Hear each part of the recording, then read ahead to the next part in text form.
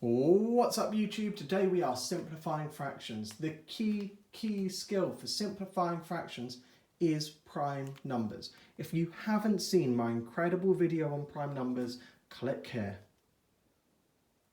Okay, now that we understand prime numbers beautifully, we are ready to simplify fractions.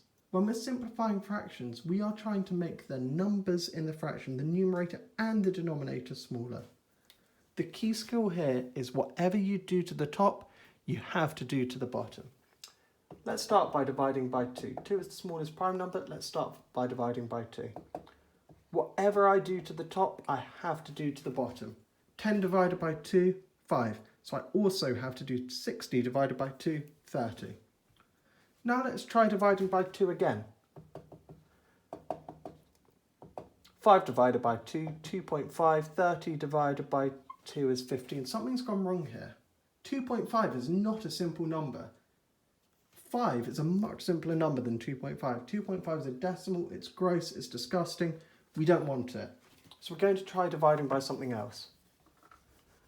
Well, the next prime number after 2 is 3, so I can try dividing by 3. 5 divided by 3 will get me another horrible decimal. So we're going to try the next prime number, which is 5. Whatever I do to the top, I have to do to the bottom. 5 divided by 5 is 1. 30 divided by 5 is 6. 1 over 6 is a nice clean number, and so we have fully simplified 10 over 60. 15 over 8, well, we can try dividing by 2. That's not going to work. 15's odd, it will get us a decimal. So now let's try dividing by the next prime number, which is 3. If you just go through the prime numbers, you're going to find that you get the right answer. 15 divided by 3, 5. We now have to divide 18 by 3 too. Whatever I do to the top, I have to do to the bottom. 18 divided by 3, 6. 5 over 6, well, let's try divided by 2. That doesn't work, that's going to get us a decimal. Divided by 3, 5 divided by 3 gets us a decimal. Divided by 5, 5 divided by 5 is 1. But 6 divided by 5 gets us a decimal. So the most we can simplify it is 5 over 6. The more you practice with it, the easier you're going to find it. You could do it this way of divide it by 2, then divide it by 3, then divide it by 5, then divide it by 7. But sometimes you might get a question like this.